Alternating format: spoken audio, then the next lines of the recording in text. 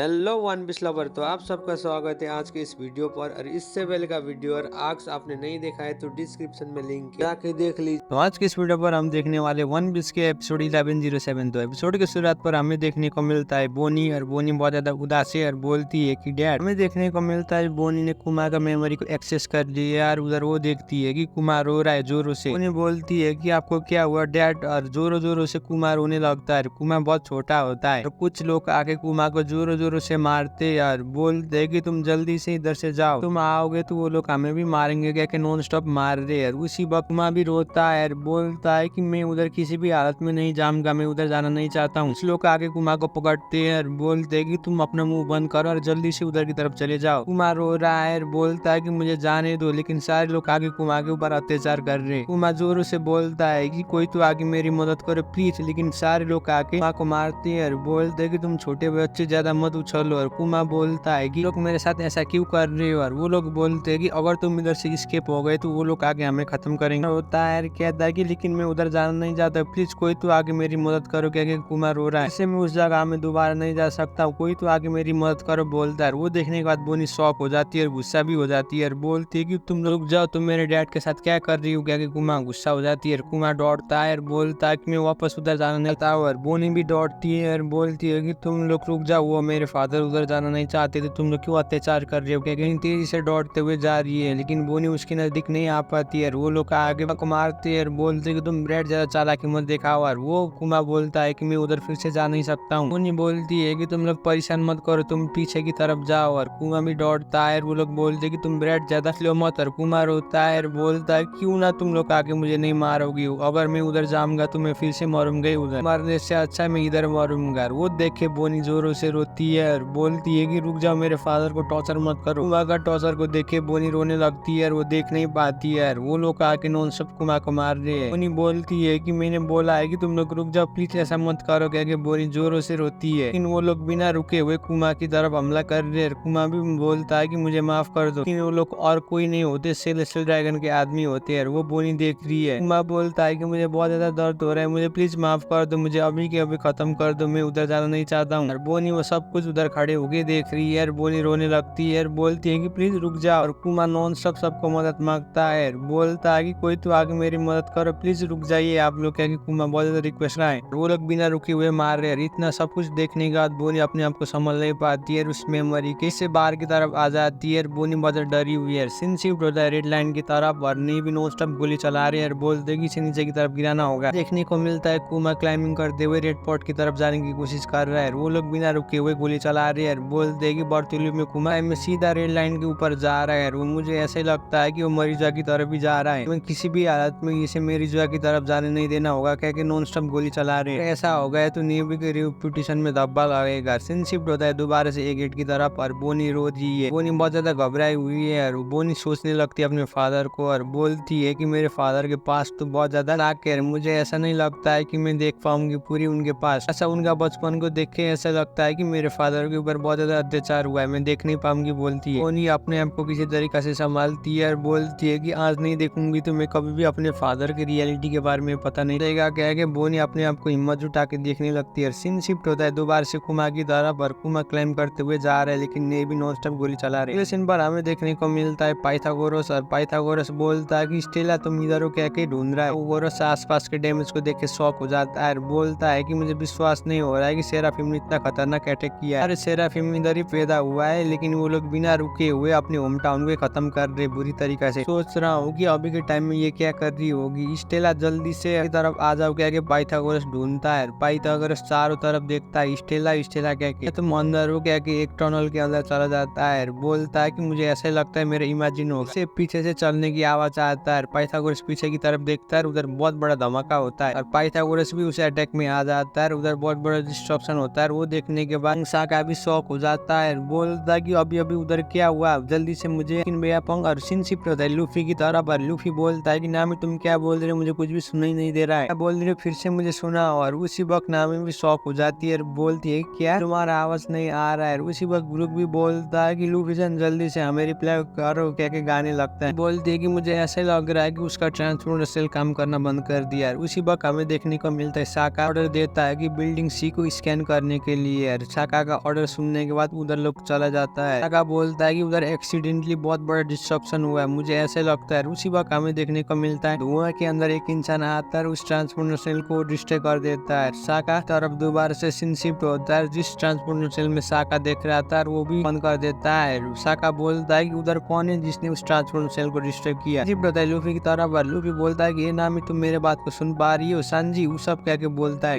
है कि ओनो ये मेरे बात को सुन नहीं पा रहे, मुझे ऐसे लगता है कि ये ट्रांसपोर्टर सेल टूट गया कह के जोरो को बोलता है। रिप्लाई करते हुए बोलता है क्या तुमने उसे तोड़ दिया? लूफी उधर से चला जाता है। जोरो पूछता है कि ए लूफी तुम किधर चले जा रही हो? बोलता है कि मैं उस हेलमेट से मिलने जा रहा हूँ, इसलिए तुम थोड़ी देर उधर रहना। लूफी चलते हुए जा रहा है। सीन शिफ्ट होता है नामी के ग्रुप की तरफ, और नामी बोलती है कि डॉक्टर वेपंग के आप थर्ड फ्लोर में हो क्या? कि नामी के ग्रुप ढूंढने लगते हैं। बोलते है कि हम लोग इतने चारों तरफ देख लिया लेकिन अब तक वो डॉक्टर वेपंग हमें नहीं मिले। बोलता है कि अगर चचा आप किधर है तो जल्दी से हमें रिप्लाई करो। और उसी वक्त ग्रुप बोलता है कि कुछ भी मालूम नहीं है कि मुझे किधर देखना है। उसी वक्त किशन बोलता है कि ये जगह तो बहुत बड़ी है। नामी बोलती है कि अगर हम इधर आके का छुपी का खेल खेलेंगे तो ये खेल कभी भी खत्म नहीं होगा। उसी वक्त नामी का नजर में पड़ जाती है, नामी बहुत ज्यादा एक्साइटेड हो जाता है। ब्रुक भी बोलता है कि नामी सन क्या हुआ? नामी को देखे बौखलाने लगती है। उसी वक्त एडिशन बोलता है कि ये तुम्हारे लिए नहीं है। नामी बोलती है कि मैं तो इसे लाने वाला हूँ। और उसी वक्त ब्रुक बोलता है कि कोई भी दिक्कत नहीं है ना एडिशन, हम ये सारे चीज लेके जाने वाले, चाहे कुछ भी हो जाए, लेकिन तुम लोग तो इस आइलैंड को छोड़ने भी वाले हो। एडिशन बोलता है तुम लोग ले सकते हो, हमारे साथ ये आएगा। बोलती है कि सच में ये बात है तो मैं जरूर इसे ले लूंगी। क्योंकि नामी पूरे बैग को भर लेती है डायमंड से।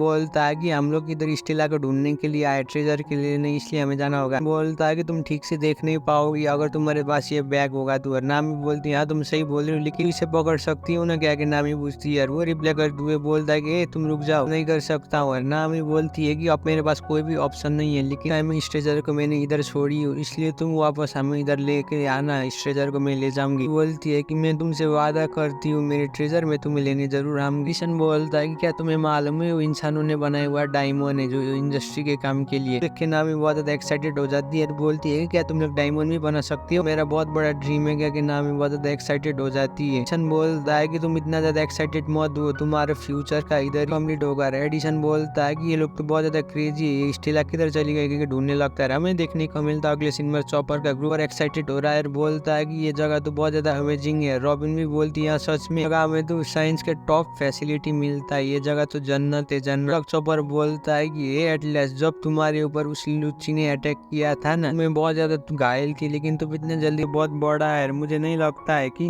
आप हमको एक एक गली देखी इतनी आसानी से ढूंढ पाएंगे, हमें जल्द से जल्द जाना होगा। बोलती है कि हम लोग वेपन डेवलपमेंट फ्लोर में, इसलिए तुम लोगों को झटका भी लग सकता है, ये चलना है। अगले सीन पर हमें देखने को मिलता है नॉन स्टॉप लैब पर बहुत बड़ा डिस्ट्रक्शन हो रहा है, सारे ट्रांसपोर्टर सेल एक एक करके बंद हो रहा है। रोज देख के डॉक्टर वेपंग का शॉक हो रहा है। उसी वक्त पीछे से लूफी बुलाता है, बोलता है कि ये हेलमेट तुम मेरे बात को सुनो। डॉक्टर वेपंग का बोलता है कि एडिशन जल्दी से रिस्पॉन्ड करो, मैं साका बोल रहा हूँ और जल्दी से मुझे रिस्पॉन्ड करो। और उसी वक्त लूफी पूछता है कि क्या तुम लोगों को कुछ हुआ है? बोलता है कि ट्रांसपोर्टर सेल जैसा दिखने वाला चीज काम नहीं कर रहा है, मैं सुन नहीं पा रहा हूँ, थोड़ी देर पहले ये चल रहा था लेकिन अचानक बंद हो गया, कैसे कह के पूछता है। मैंने इसे कुछ भी नहीं किया है, मैंने इसे तोड़ा नहीं है क्या के लूफी ये भी बताता है। इसके साथ कोई भी छेड़छाड़ नहीं किया, लेकिन ये अपने आप बंद हो गया क्या के लूफी बोलता है। उसी वक्त फिर से एक एक करके ट्रांसपोर्टर सेल सारे बंद हो रहा है। डॉक्टर वेपंग साका बोलता है कि देखो ये वीडियो सारे बंद हो रहा है एक एक करके, मुझे ऐसा लगता है कि जरूर इधर कोई इंसान है। उसी वक्त लूफी पूछता है लेकिन ऐसा क्यों हो रहा है, कोई घुसपैठी आके हमला कर चुके क्या? डॉक्टर वेपंग साका लूफी बताता है। वो सुनने के बाद लूफी शॉक हो जाता है, बोलता है खैर सिंसिप होता है फ्रांकी की तरफ, फ्रांकी वेपंग क्या ढूंढ रहा है। अभी बोलता है कि वेपंग तुम किधर चले गए? उसी वक्त यार भी चल रही है यार। फ्रांकी बोलता है कि यार तुम भी देखो, और वो रिप्लाई करते हुए बोलती है कि ठीक है। सब बोलता है कि वो किधर चला गया उस डॉक्टर वेपंग। क्लीथिन बोलती है कि अब हमें ये यूज करना होगा क्या? मुस्कुराती है, ये बबल गन है, क्या तुम ये सच में यूज करने वाली हो? और वो रिप्लाई करते हुए बोलती है मैं सच में यूज करने वाली हूँ, लॉन्चर से बबल अटैक आएगा, इतना पावरफुल है कि ये किसी भी अटैक को डिफ्लेक्ट कर सकता है। क्या मुस्कुराती है कि अपना वेपन को शो कर रही है। उसी वक्त फ्रांकी बोलता है कि सच में किसी भी चीज को डिफ्लेक्ट कर सकता है, लेकिन ये बहुत ज्यादा अजीब है। लेकिन बोलती है कि अगर तुम इमेजिन नहीं कर सकती हो तो मैं तुम्हारे ऊपर ट्राई करूँ। और वो रिप्लाई करते हुए फ्रांकी मुस्कुराता है, मुझे शक नहीं है कि ये काम नहीं करेगा, ये बहुत ज्यादा खतरनाक है क्योंकि डॉक्टर वेपंग ने बनाया इस ऑसम वेपन को। बोलती है कि क्या तुम सच में इंटरेस्टेड हो? और उसी वक्त हमें देखने को मिलता है योर करियर। बोलती है कि तुम लोग किधर आ जाओ। और वो सुनने के बाद फ्रांकी और बाकी लोग आ जाते हैं। लेकिन बोलती है कि क्या तुमने ढूंढ लिया स्टेला को? बोलती है कि आगे की तरफ देखो उधर बहुत बड़ा डिस्ट्रक्शन हुआ है। उसी वक्त हमें देखने को मिलता है उधर बहुत बड़ा डिस्ट्रक्शन होता है। एक बाद वो सब शॉक हो जाता है और बोलता है कि इधर क्या चल रही है, कैसे हो गया डिस्ट्रक्शन। तो देखने के बाद फ्रांकी वो सब और बाकी लोग दौड़ते हुए जा रहे हैं। वो सब बोलता है कि जरूर इस फ्लोर पे कौन है। दौड़ते हुए आता है और बोलता है कि मुझे मत बताना कि ये पाइथागोरस है। हमें देखने को मिलता है पाइथागोरस किसी चीज के अटैक में आके कैसे डिस्ट्रॉय हो चुका है। वो सब बोलता है कि तुम हमारे साथ रहो और उसी बार बोलता है कि इसका सर तो गायब ही इधर से वो कैसे हो गए। मुझे ऐसा लगता है कि डिस्ट्रक्शन में उसका सर ही चला गया। यार पहले हमने डिस्ट्रक्शन सुना था, मुझे ऐसा लगता है कि ये डिस्ट्रक्शन होगा। बोलते हैं कि पाइथागोरस हमारे साथ रहो और उसी वक्त हमें देखने को मिलता है वो सब अपने कबूतर से हमला करता है, लेकिन वो सब शॉक हो जाता है। बोलता है मुझे मत मिलता है वो है वेंगकोंग का सेराफिम और योर भी उसके पैर में लट्टू हो जाती है। उसी वक्त वो अपना पावर यूज करते हुए लव बीम अटैक कर देती है, उसे पत्थर में कन्वर्ट कर देती है। इसी में एपिसोड खत्म होता है। वीडियो कैसे लगा नीचे कमेंट कर दीजिए और चैनल में भी पहली बार आए तो प्लीज चैनल को भी सब्सक्राइब कर दीजिए। तब तक के लिए सायोनारा।